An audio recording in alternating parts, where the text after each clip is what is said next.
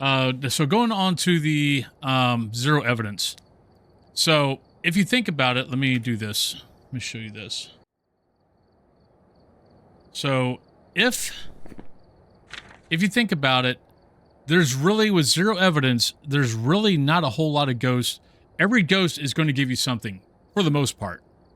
Spirit is 3 minutes. Wraith is stepping in salt. Phantom is blinks, and if you take a pick, it's disappearing. Poltergeist, you can get a polty bomb. Banshee, you can get the scream. And if you're in groups, it follows the same person all the time. Red Panda, hello. Jen is with power on. It speeds up.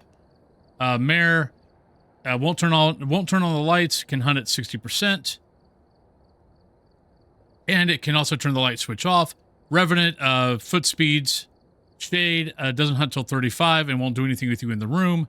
Demon can hunt early. That's about really it. So if a demon waits till 50%, it can actually confuse you. Yuri, the smudging it in its room, it can't leave its room for 90 seconds is one thing, though I don't trust that, because what ends up happening is the Yuri ends up just doing events outside the room and then trying to confuse you. Also, the door shuts. Yuri, they've changed the door shuts, so now it's Yuri will open and close a door slowly, but it also has to open and close fully. So let's say if you got your door at like an angle, it'll just slowly open it all the way or slowly close it all the way. But it has to do one or the other. Oni, you're looking at the blinks, and if you get a ghost of it and it touches you, 20% sanity drain.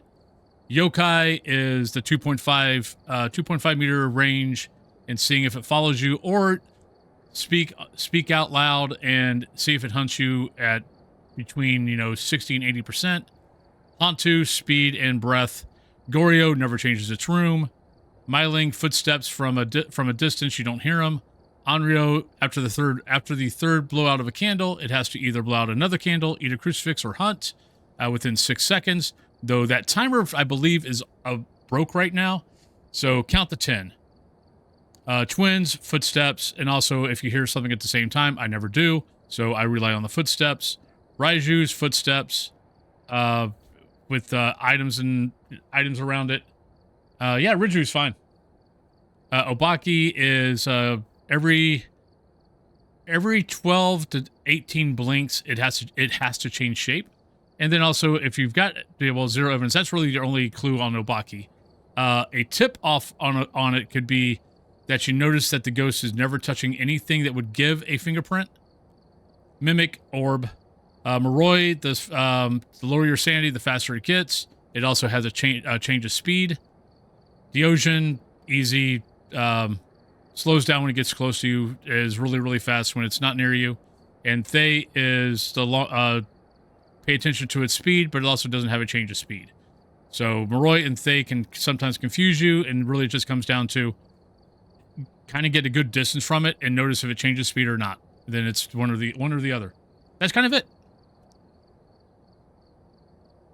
Yes, and that's basically it. You'll notice Obakis, and I've had Obakis that touch everything, but usually a tip off for me on an Obaki is, have I heard the ghost like touching windows, touching light switches, touching doors? And if the answer is no, and it's one of my options, I start leaning towards it. Reason why I got the mare wrong was I screwed up. I had turned on a light switch to see if we still had power. I thought I had turned it off. But I walked out to the van, came back in, saw the light was still on. I was like, oh, the ghost turned the light on, because the ghost was in the living room. So, yeah. So that's why we got that wrong. But that's why, honestly, once you start knowing the behaviors and getting to know them well, zero evidence isn't. It's still hard. Don't get me wrong. It's still hard, but it starts making a whole lot more sense. When you don't know the behaviors, it's just confusing as hell. It basically makes your brain break.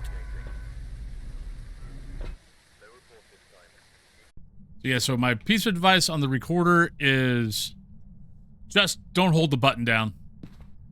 Wait for you to start hearing static. As soon as you start hearing the static, then hold the button down. and it should help with getting the recordings and not missing the recordings.